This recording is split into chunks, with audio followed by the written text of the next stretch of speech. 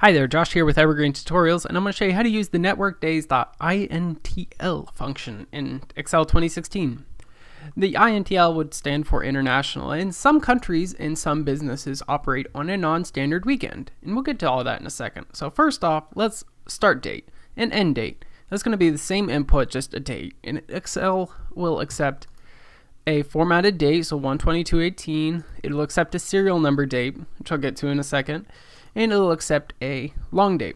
These are actually all the today function. They're just formatted differently, and Excel will accept all of these. Excel will not accept quoted stringed dates. So any dates that you have to put into quotes, it will not accept it. Some functions in Excel you have to put in quotes, otherwise it'll see it as 12 divided by 25 divided by 2017, and it doesn't quite work out. It will accept that same date without quotes, and it will also accept the function within this function, so such as the date function.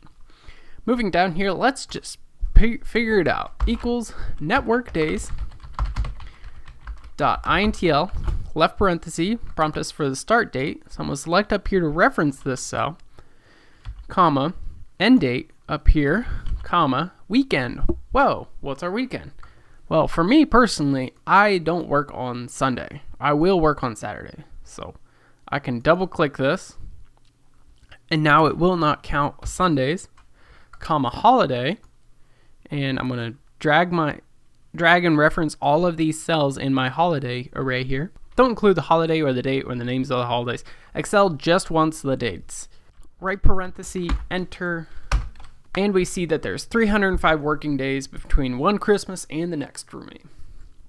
I can change my weekends to say I have a business that shuts down on Friday and Saturday for whatever reason, and it'll actually change that. Now there's 253. It's a difference there.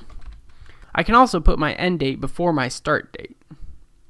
So here we're starting a year after, and it will produce to us a negative result. So you actually get negative amount of days. I don't know why you would use that, but it's there. Scrolling on down here, let's explain quickly what the serial number is in Excel speak. So here I have a list of days. They're all the same day. And here I have a list of days, and they're all the same day. But these look like numbers. They're just strings of numbers.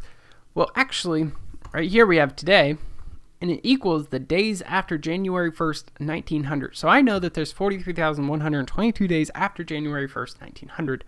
Excel puts these numbers into this 43,000 number just so it can work math with them. It has to add 50 days. It'll add 50 days or 50 to this number. And that's what Excel does. I'm Josh here with Evergreen Tutorials, and now you know how to use the networkdays.intl function in Excel 2016. If you have any questions, please leave a comment below, and we're sure to get back to you. If you like this video, please subscribe for other educational content, and I wish you all a good day. Bye.